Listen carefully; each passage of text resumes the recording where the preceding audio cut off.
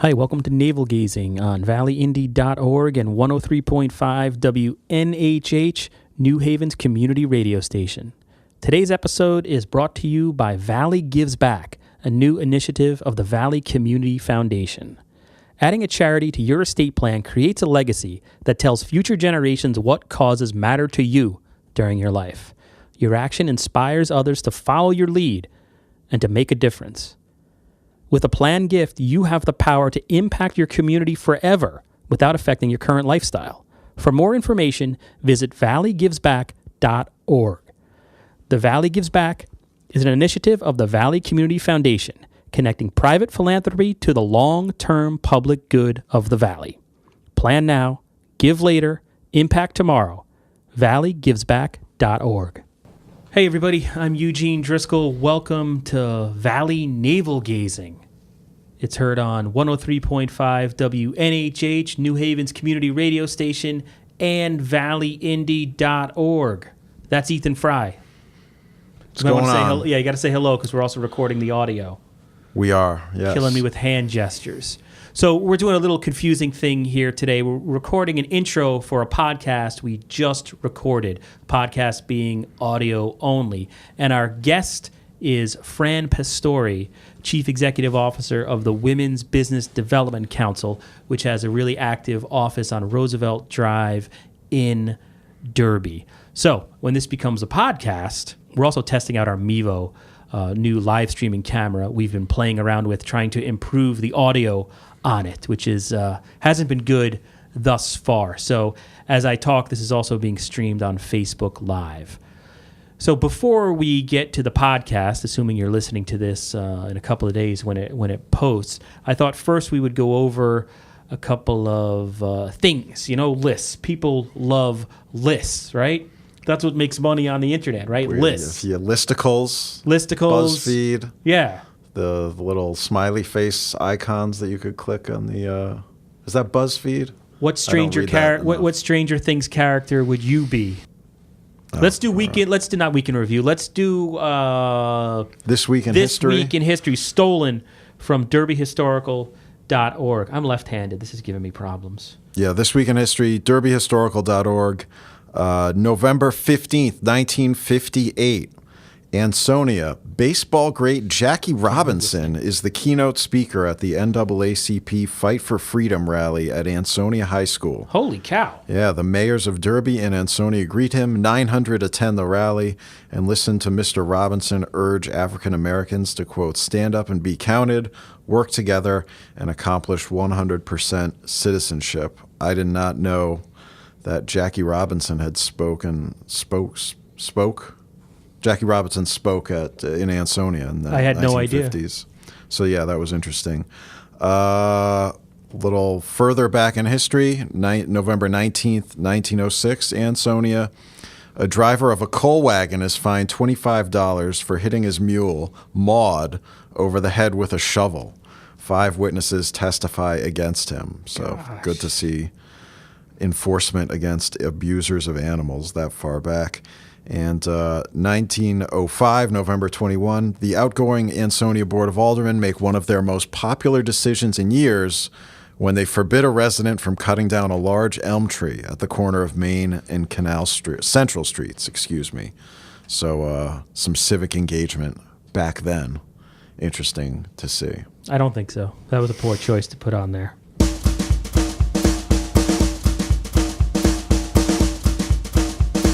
Joining us on the line is Fran Pastore, the Executive Director of the Women's Business Development Council, which has an office in Derby, which I just learned. I was completely ignorant of that, and I apologize. But Fran, thank you so much for joining us. Thank you for having me today. So before we get into what the Women's Business Development Council is and how people can learn more about it and actually benefit from the services offered, I wanted to ask you, I have to ask you, with the national landscape, everything that's going on, every 5 minutes, it seems that we're hearing more and more about sexual harassment in the workplace. It's obviously nothing that we've ever seen in our lifetime. What is your take on what's happening Is there a light at the end of the tunnel with this? Is there anything positive going to come out of this avalanche of information that we're receiving? Well, let me start by saying that I want to comment on something that you said we haven't seen it in our lifetime. You're right. We haven't seen women coming forward in this way in our lifetime. But I can tell you, as a woman, in my lifetime, this is nothing new. It's nothing new for me. It's nothing new for the majority of women in my circles. So just to answer the question from that perspective, I think when you ask, is there an end in sight? I hope not. And I hope that what has happened will continue the trend that I have been seeing. Record number of women. And I just had 2 meetings this morning that confirm what I'm about to tell you, is that whether it's women in politics, whether it's women in positions of leadership, whether it's women investing in other women-owned businesses, whether it's women coming to the Women's Business Development Council to learn how they can get involved, get engaged, or become entrepreneurs or grow their business, women are coming out of the woodwork and stepping up to take part in the momentum of of this change and taking control of their lives, again, whether it's in politics or in business or in leadership. So I hope there's no light at the end of the tunnel, because this movement is very, very long overdue. And it seems... And go ahead. No, you go ahead. You go ahead. I don't want to interrupt. No, and the momentum is something that I think women are responding to in great numbers. I actually listened to an interview on NPR this morning with the head of the Women's Campaign School at Yale, Pat Russo, who talked about getting women ready to run for office, regardless of political persuasion. And the number of women that she has seen here in Connecticut coming to the campaign school has quadrupled since last November's election. Yeah, and what, I mean, I think I might have an inkling as to what the answer to this question is, but I'll ask anyway. What has happened in the culture, in our society in the last year or 2 or 3 years to allow women to come forward? And I guess the ultimate result is that you'll hope that this behavior will change, where now if you're a person who engages in this type of behavior, it's no longer okay. You will be called out on it. What's happened? I think that what's happened is that there are leaders in our country who have given us reason and in some odd way permission to come out. You know, after the election, women were so angry, and I include myself among them. Not for partisan reasons whatsoever, but to think that this behavior was going to be acceptable in the leader of the modern world, right? And women were angry, and I believe that women were angry for a few weeks, and then we said, we need to do something about this. And in droves, what we've seen are women coming out to effect and cause change. There is no need to be angry. We need to turn our anger into action. And I think that that's what we are seeing happen, and we're seeing it happen across demographics, across socioeconomic backgrounds, across all ages and all educational backgrounds, and across party lines. It doesn't matter. This is not about partisanship. This is an economic issue. When women have economic control, when women have economic equity and they are empowered economically, they will have a voice. You know, there are over 11 million women-owned businesses in this country that generate billions of dollars in sales and employ 9 million people. We have the economic clout to effect change. And I think what we're saying is now is the time. Segueing into the subject at hand, the Women's Business Development Council, you've celebrated 20 years as an entity, I believe, this year, correct? Mm-hmm. Correct. And how did you first get involved with the council?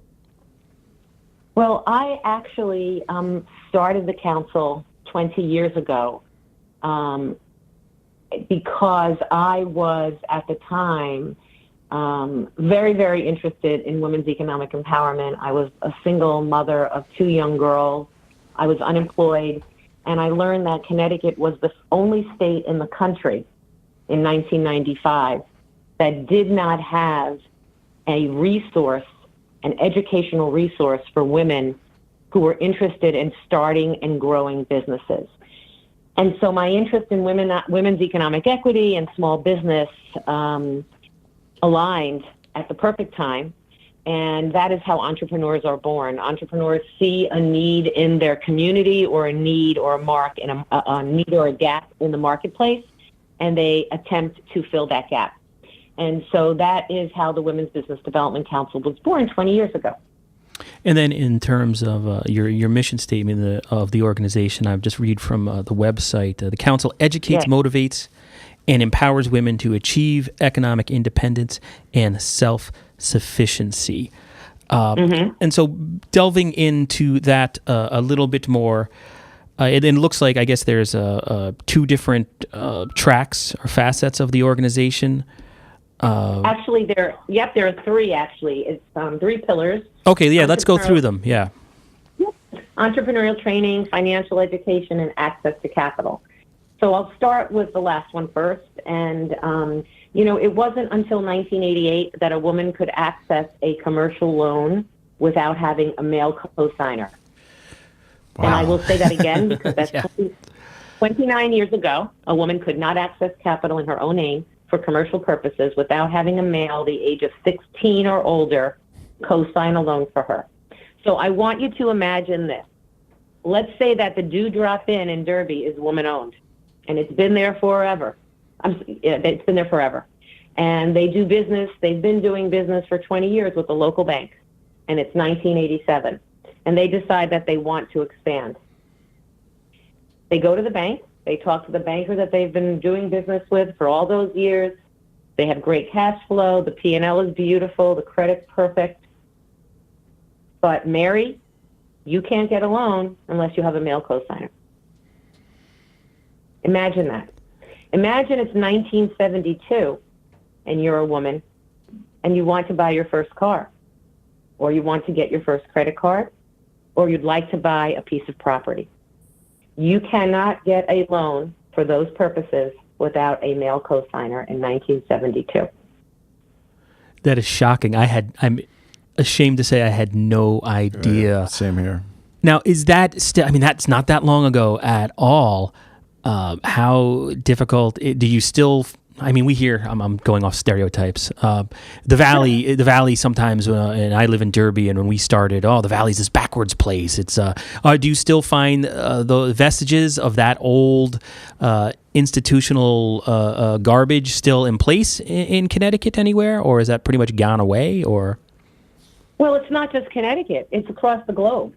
Across the globe, access to capital is still the biggest obstacle to growth, small business success for women entrepreneurs. 90% of women-owned businesses in the world have gross revenues of less than $1 million. And the biggest challenge that they have is accessing capital to grow those businesses. It's a national statistic that in the United States, it takes women an average of 6 attempts to secure a traditional loan from a traditional lender. There have been studies done by the National Women's Business Council that reflect that a man and a woman separately with the same business plan, the same education, the same credit score, and the same presentation will go to a typical traditional lender for capital. The man will walk out with the loan. The woman will be asked 6 times to return with additional information. Now, that's where the Women's Business Development Council comes in. So our access to capital pillar, what we do is we package loans to help women get the funding they need and to minimize the number of times that they have to go back to respond to questions. So what we're doing is what I would call window dressing for the lender. We put all of the pro formas in place, all of the financial statements, everything that one needs, the business plan, so that when you go for capital, you are in the best possible position to respond to questions. You know, a typical problem with entrepreneurs is that they know their business. They know what they know. So an architect will know her business, but she doesn't necessarily know about the business of running that practice. A woman who owns a hair salon, a doctor, they know their practice. They are practitioners. They may not know how to run a business, and therefore the odds are against them, given the history that I just gave you, when it comes to accessing capital. And that's, again, what we do. So the access to capital pillar is to help women overcome the obstacles of accessing capital by getting them ready to do that. Our financial education pillar comes into play there as well, because we help women get not only their business finances in order, but their personal finances in order. So the Access to Capital program helps women improve their credit score, improve their savings, and decrease their debt so that they are in the best possible position to take the next step in small business or entrepreneurship, whichever, wherever they are pursuing, and in their personal life. Some women come to us thinking that they want to start a business, when in reality, they are not cut out to be entrepreneurs or business owners, because and one of the reasons that holds them back is that they need to get their finances in order. And then lastly, and certainly not least, because it's the biggest piece of what we do, is our entrepreneurial training. Our entrepreneurial training is for all women at all stages of business development, whether they are in the startup phase, whether they are in existing businesses. Our clients have gross revenues from $25,000 to over $2 million. It doesn't matter where you are in the growth stage of business. We will provide you with the tools that you need to grow your business, and to teach you how to mitigate the risks to startup as well. So we help women get certified as women business owners so that they can access contracts so that they can grow their business. And we help women access capital and everything in between: marketing, management, long-term training programs that help you write a business plan, distinguishing between, different financial statements and what their purpose is, and how to use them as strategic tools to grow your business and make calculated business decisions. So it's across the board. I always say women from GEDs to PhDs come to the Women's Business Development Council. And these are free services. I don't necessarily have to pay a fee to engage. 90% of our programs are free.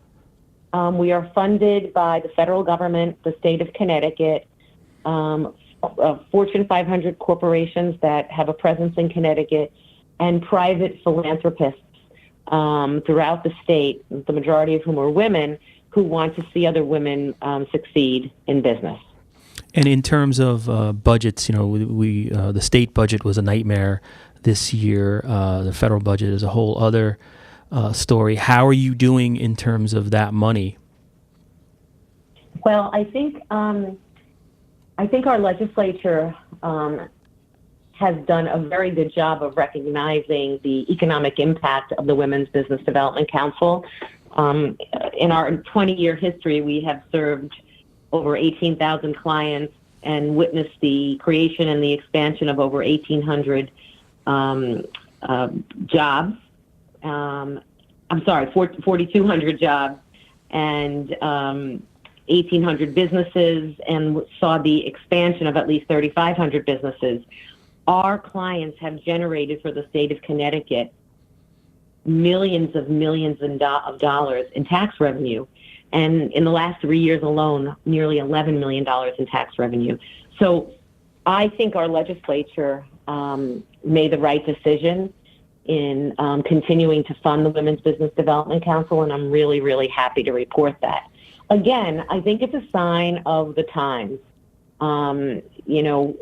Women and the economic clout that we have to create businesses, create jobs for other people, create opportunities for other vendors in our state to do business with us. You cannot put a price tag on that. And we know that the majority of the jobs that are being created between now and 2020 are being created by women-owned businesses. And then if you want And to if you want to see the impact of our listeners, want to see the impact of what the council's done, you don't have to look far in the Naugatuck Valley. Up in Seymour, Ethan, we just ran a press release from the council of a local business in downtown Seymour. Wildflour Confections. An important business to downtown Seymour. So who was the owner and what was the connection to the council there? Alyssa DiMatteo owns that business, and she worked at a bakery, then decided she wanted to start one of her own, and went to the Business Development Council. Do you find that that's like the usual track that, you know, a person has a job but they want to branch out on their own and they reach out to you? Is that usually how things how that's done? I can't say that it's usually how things are done. What I can tell you is this: women start businesses for one of two reasons: necessity or opportunity. Necessity in that someone like myself, so you described myself and Alyssa DiMatteo, actually, we fit that mold, right? We're women who had a job, were dissatisfied, were looking for something else to do, and ironically, there was a need in the community for a bakery. There was no bakery. In my case, there was no Women's Business Development Council. So that's opportunistic. Necessity is when women find themselves through a variety of different socio factors, whether they're burdened with, caring for elderly parents, they have small children, their job is not, it's a minimum wage job or a job where they've hit the glass ceiling and there is limited flexibility for their lifestyle. And they're tired of being in a marginalized position. And so necessity will dictate. And oftentimes those women will go out and venture into starting your own business. So, I'll repeat myself by saying that, economic equity for women is a socioeconomic imperative for our country, but really in a big way for the state of Connecticut, because of the volume of women business owners and the growth potential that they have. I think since 2007, we've seen a 45% increase in the number of women business owners throughout the country. And until very recently, Connecticut women-owned businesses were outpacing the rest of the nation in terms of revenue. And I think that's a function of the demographics in the state. Hi, it's Eugene of ValleyIndy.org. Hope you're enjoying this episode of Navel Gazing, the Valley Indy Podcast. Just wanted to talk to you for a second about the Valley Gives Back, a new program of the Valley Community Foundation. They're supporting this podcast. Adding a charity to your estate plan creates a legacy that tells future generations what causes matter to you during your life. Your action inspires others to follow your lead and make a difference. And with a planned gift, you have the power to impact your community forever without affecting your current lifestyle. For more information, visit valleygivesback.org. The Valley Gives Back is an initiative of the Valley Community Foundation, connecting private philanthropy to the long-term public good of the Valley. Plan now, give later, and impact tomorrow at valleygivesback.org. Now back to the show. And let's talk about Derby specifically and what the Women's Business Development Council does locally. You have an office at 412 Roosevelt Drive in Derby, and the phone number is 203-751-9550. What happens, and that's essentially next to Maddie's Deli, so you're in a good location. Right. And right on the river. It's really beautiful. Yeah, you're literally right on the river. What happens at that location? Everything happens at that location. All of our training in New Haven County happens at that location. So we're offering our long-term and short-term training programs there. And we're offering business counseling, everything from legal to capital access to marketing. We are open 5 days a week from 9 to 5. We have evening hours by appointment and programs in the evening and during the day as well there. Derby made a lot of sense for us for a variety of reasons, and some of them are just, serendipitous. But we knew that we wanted to be in New Haven County. We had a large percentage of the women that come to us from New Haven County, And in particular, from the Valley, we started seeing an influx of women. When we were impacted by the reduced funds from the state, we were looking for office space that was more affordable.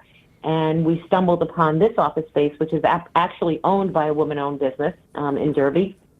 And it was very lovely being on the river, and it was easy access for our clients up and down the valley to get to. And we decided that it would really work for us. Now, we've been there. Go ahead, Fran. I'm There sorry. for 2 years. Sorry.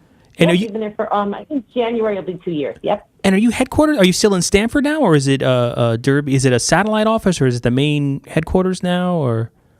So we've had two offices, one in Stamford, which is our headquarters and our birthplace, if you will, and the office in Derby is, our regional office in New Haven County.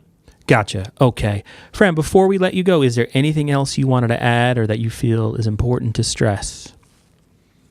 Well, I think, you raised it in the initial part of our conversation, which is this time and place that we're in. And, one of my favorite quotes is actually a recent quote from the dean of the Harvard Business School, which says that the greatest dignity that we can give anybody is economic self-reliance.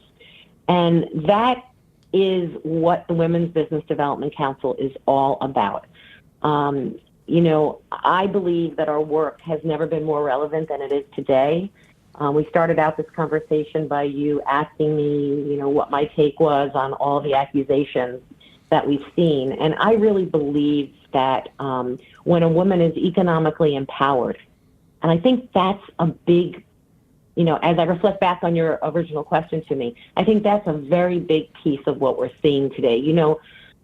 20 years ago, 30 years ago, your job was at risk if you said something. You didn't really have the clout in the position that you held. We know that women are still lagging in leadership positions, across the board. But I think we're at the point where women are starting to recognize their economic clout and the power that they have. And once we recognize that and we are in a position to take care of ourselves and our families, I think that we are really capturing that momentum right now. And, we need to have a voice in society around debates over violence and healthcare and unpaid work, right? And I really believe that women and men men that are in positions of leadership have an obligation to help other women and create opportunities for advancement at all levels of society. So, I'll close with saying that we women need to have an equal say in every single aspect of society where decisions are being made that impact us. And we need our male allies to stand up with us and for us. And I think that is the single most important thing we need to remind ourselves with. Let us not be angry. Let us take action. And let us engage our male counterparts in the fight for economic equality. And then we will see how quickly all of these attention-grabbing headlines that we're reading about start to dissipate. And on that note, I will say that women who are interested in starting a business and becoming economically empowered can visit us at www.ctwbdc.org. Definitely. Fran, thank you so much for taking a few minutes of your day to talk to us. It was a real pleasure. Thank you so much for inviting me to speak, and I hope you'll encourage your listeners to visit us in our Derby office. And I hope maybe you guys will stop by too, because we do work with men. I was going to say, yeah, and we're two reporters trying to keep a nonprofit online newspaper running. We probably need the help. Whatsoever. Come on in and speak to one of our business counselors. Email me directly and I'll get you set up. Thank you, Fran. Take care. Thanks, guys. Bye-bye. For hundreds of years we've brought you the news. Printed the info, we gave you the clues. Owners' profits were always sky high. Changing market now threatens our lives. Post-literation, critical reading, dumbed down nation, signs of inbreeding, TV sucking ideas from our head, public discourse just about dead. We'll ride the dinosaur. Yeah, ride the dinosaur. Our readers are in the opens each day. Online clickbait, a prurient way. There's free information here to stay. Not even hookers give it away. Advertising, metastasizing, newsroom shrinking, constant attrition. We'll ride the dinosaur. We'll ride the dinosaur.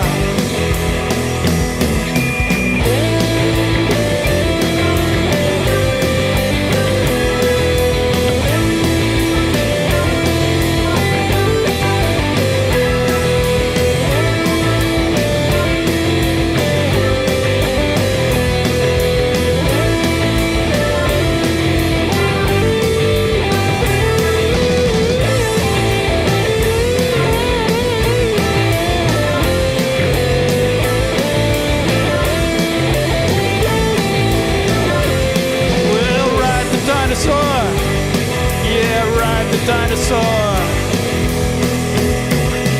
Deadlines, bylines, pictures too. An editorial comment for a buck or two. Fire down the block, the murder next door. And now we wonder what it's all for. Social media coming free to you, funny pages, the mayor's wages, criminal scenes, corruption schemes, ink stain wretches, asking tough questions. We'll ride the dinosaur. Yeah, ride the dinosaur. The presses are running all through the night. We're printing the truth with all of our might. We're platform agnostics, got that interweb too. Buy an ad, see what we can do. We still have subscribers, still have our fans. We're here every day, so give us a chance and we're making our stand. Just hold us in your hand and we'll ride the dinosaur. Yeah, ride the dinosaur.